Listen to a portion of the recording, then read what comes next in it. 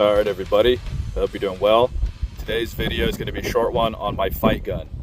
This is my gun that I will pick up if there is civil unrest and I need a rifle. This is based off the Lewis Machine & Tool MARS-L. This is the MRP, the longer rail. There's a shorter one. That's the MLK, so it has the M-lock. And I'm going to talk about the features of this gun and maybe give you some food for thought for your setup. So in the back, the Mars rifles usually come with SOP mod stocks. I love these stocks. They have a very long comb, so when I'm aiming, my bearded face isn't tugging hair out into the connection points between the extension and the stock. It's just slick and it's very, very long, so my face never comes off the stock. It has two spaces for putting stowage, so I have some batteries for my optics in here in plastic baggies. You can't really hear them. I mount a sling onto the stock, and the sling I chose is the Blue Force Gear AK sling. It's got good adjustment. It doesn't slip the adjustment, so I'm never like running around and all of a sudden my gun drops. I mount it to a Magpul pick rail sling loop, and these AK slings are very quiet but very strong. It's a metal wire in a plastic sheath, and it holds it very tight. The MARS-L rifles are completely ambidextrous as they come, and it's the reason why I've switched over to using primarily the Mars lowers. I like the ambidextrous features. I like being able to reload with either hand. It's very nice. So as you can see, it has a mag release, a bolt catch bolt release, and the same on both sides. So I have a mag release, bolt catch bolt release. The charging handle is ambidextrous. There's claws on both sides. I like that ability to run right or left-handed in case I need to. That gives me some reassurance, and it gives me an extra thing to practice as far as, training with the gun. The upper receivers on these MRP systems is a monolithic rail platform. So the receiver and the handguard section are one piece, meaning you have no ability for loss of accuracy with a laser device or irons because there's no rotation issues. It's just one solid piece. So your iron sighting and your laser mounting will be true 100% of the time.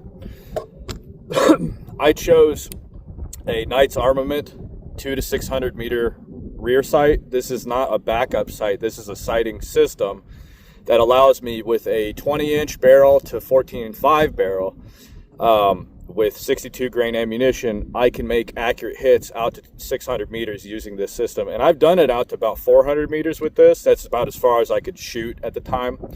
And it actually, the adjustments are fairly accurate, at least with this gun. I was very, very surprised. So I am actually a firm believer in these rear sights. I chose a Daniel Defense front sight fixed because two reasons. I like having fixed sights. They're very stable. Also, when I'm aiming through my magnified optic, I can somewhat level the gun using the fact that my front sight is somewhat in the image. It's blurry, but if I align the front sight with my y-axis on my reticle, I know that at least I'm level in some manner relative to where I'm aiming. It's sort of like a little cheat that I've come up with, and it works 100% of the time. I don't know if it's level to the earth, but it is level to the gun, which makes repeatability a lot easier. I've chosen to put rail slot covers on here. These are Magpul ones, and a BCM angle foregrip. This thing is really sick because I can kind of karate chop into this armpit here and really tuck the gun into my body. It makes recoil mitigation very, very easy. It's just a delight to shoot this gun. These rail covers are very, very tactile, and I put them all the way up on the bottom, so when I slam this thing down on a barricade, I don't damage my rail. The optic system for this gun that I've chosen is the Trigicon 3.5 power battery ACOG. This is the TA110. I chose it for one reason, and it's eye relief. I don't lose a lot of magnification going from 3.5 power to 4, but I gain 3 times the eye relief from the 4 power to the 3.5 power. It's stupendous. I'll give you an example here. So I'm going to aim like I would use a 4.5 power, because I have a 4.5 power on a different gun. 4 power, like the TA-02. I'd have to get this close to it in order to see out of it. With this, I can look all the way back here and still have a clear picture. It's still, tight, but I can go all the way from here to here before I start getting optical issues. So I have a ton of forgiveness and generosity with this sighting system, and it's magnified. So out to 400 yards, I can easily hit stuff with this, no problem. Past that, I have to use the compensations, but that's no problem because they're somewhat generous. This is the half circle dot reticle. It's very fast. I can pick up shots very easily, and like I said, it has compensations for going past 300 meters. So I like this. I don't ever turn it on as far as the reticle goes. I got the battery powered one specifically to mount a piggyback dot up in the front. The fiber optic models have only have the mounting for red dots in the back. I don't like that because passive aiming with night vision, you always hit it. Even if it's an RMR or something with the screen farther away, I always bonk my night vision onto any of those guns. So having it forward mounted on my main optic means zeroing this is relatively easy.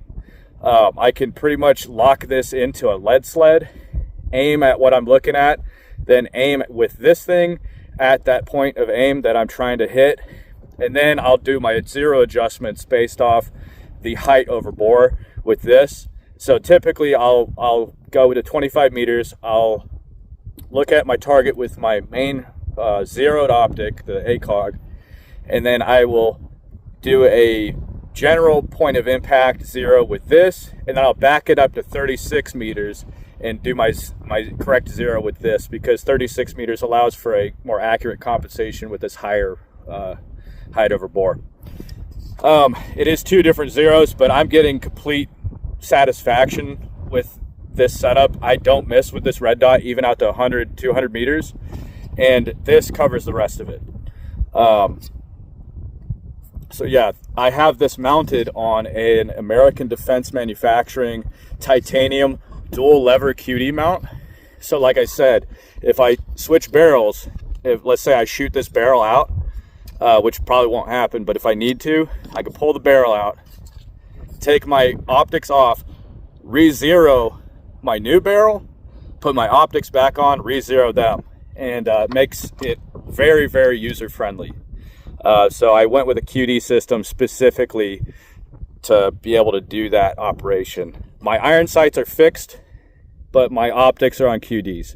Now, just because it's QD doesn't mean it's going anywhere. If you see these screws here, you can't rotate them because they're in hexagonal sockets. So it's not like it's gonna just jump out and come off. I have this gun suppressed for sound suppression, meaning my sound is still loud because it's a 5.56, but it diffuses that sound away from me and away from my position. So in a critical scenario, it would be harder for an opposing force to detect where I'm at because that sound is confusing. The other reason I suppress is for flash hiding. This particular can is excellent with night vision. The barrel on this gun is a 16-inch chrome-lined mid-length gas system. It is quick detach, so I take these, I loosen the rear one, take the front one out, and the barrel comes out with the gas block and the gas tube, and I can just put a brand new one in. It's good to go. I really like that, and these barrels are very high quality and very accurate. I've had very, very good success with this. This is about a minute of ankle gun. Very, very pleased with it.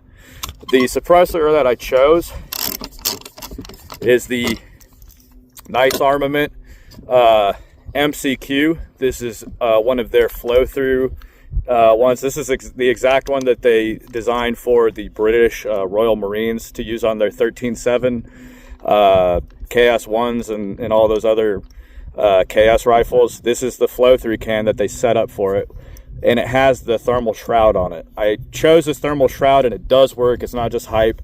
I can dump 2 mags through this gun and take this off without burning my hand.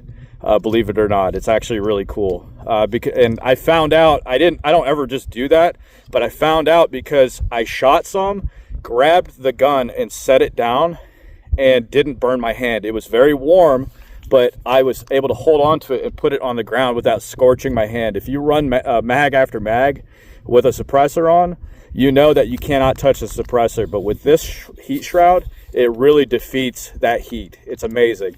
And it's very easy to put onto your suppressor. So there's a suppressor inside this little chub, this little Coke can. As you can see, it's right there. And it just mounts in with a split ring. The mounting is very simple, and it's a actual reliable QD mounting system. The suppressor has little spheres inside the collar, the locking collar, that interact with these ball cutouts in the flash hider, and there's an indexing point right here that aligns with a collar. So when you attach it, it just rotates and ratchets, and those balls come out and lock into those little round sockets, and it prevents it from coming off. It is actually QD. I've shot a ton of rounds through this rifle, and not once have I had carbon lock. It really is amazing. So maintaining this rifle is super functional, super easy.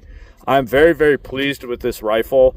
I may add a flashlight, but for me, the idea of like a fight gun, having a flashlight, I'm still, wrestling with that. I have plenty of guns with flashlights, but the one, obviously identifying stuff is important, but I don't see a lot of use case for a flashlight if it's peer-to-peer. You can easily turn them on. The risk is kind of not worth the reward. So I'm still coming up with a flashlight solution that will make it hard for me to turn the flashlight on. So if I need to do it, I'm intentional with it. So I'm not just pressing the button on accident out of reflex, or like I hit it on accident. Still coming up with a good solution for this rifle. I've been totally happy with not using one, because most of the time I'll just mount a flashlight up here on my helmet. No problem. Most pistol flashlights you can see out to, roughly 200 yards. I've not been troubled to put a flashlight on this gun.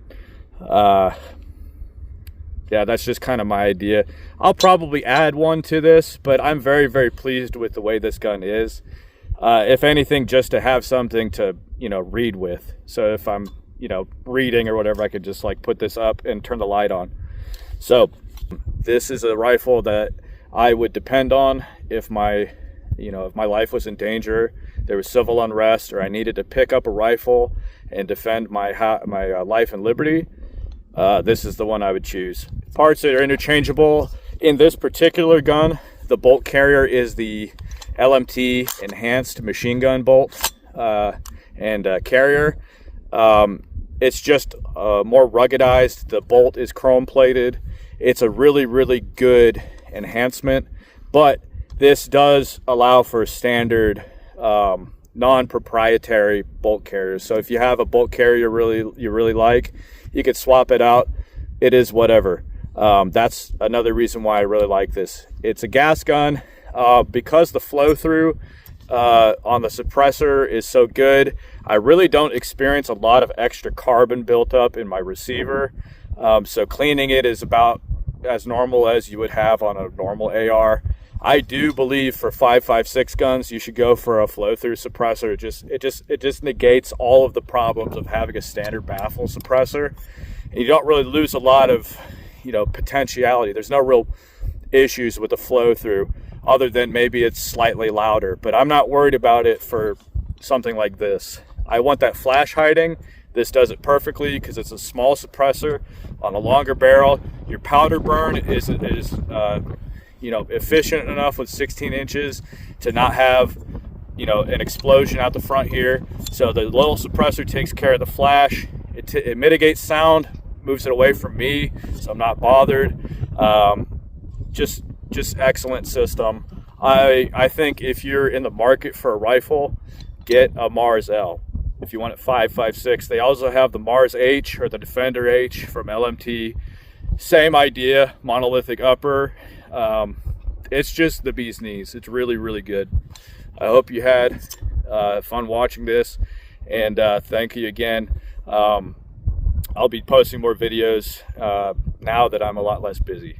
I'm still busy, but I'm able to come out and do more stuff, even if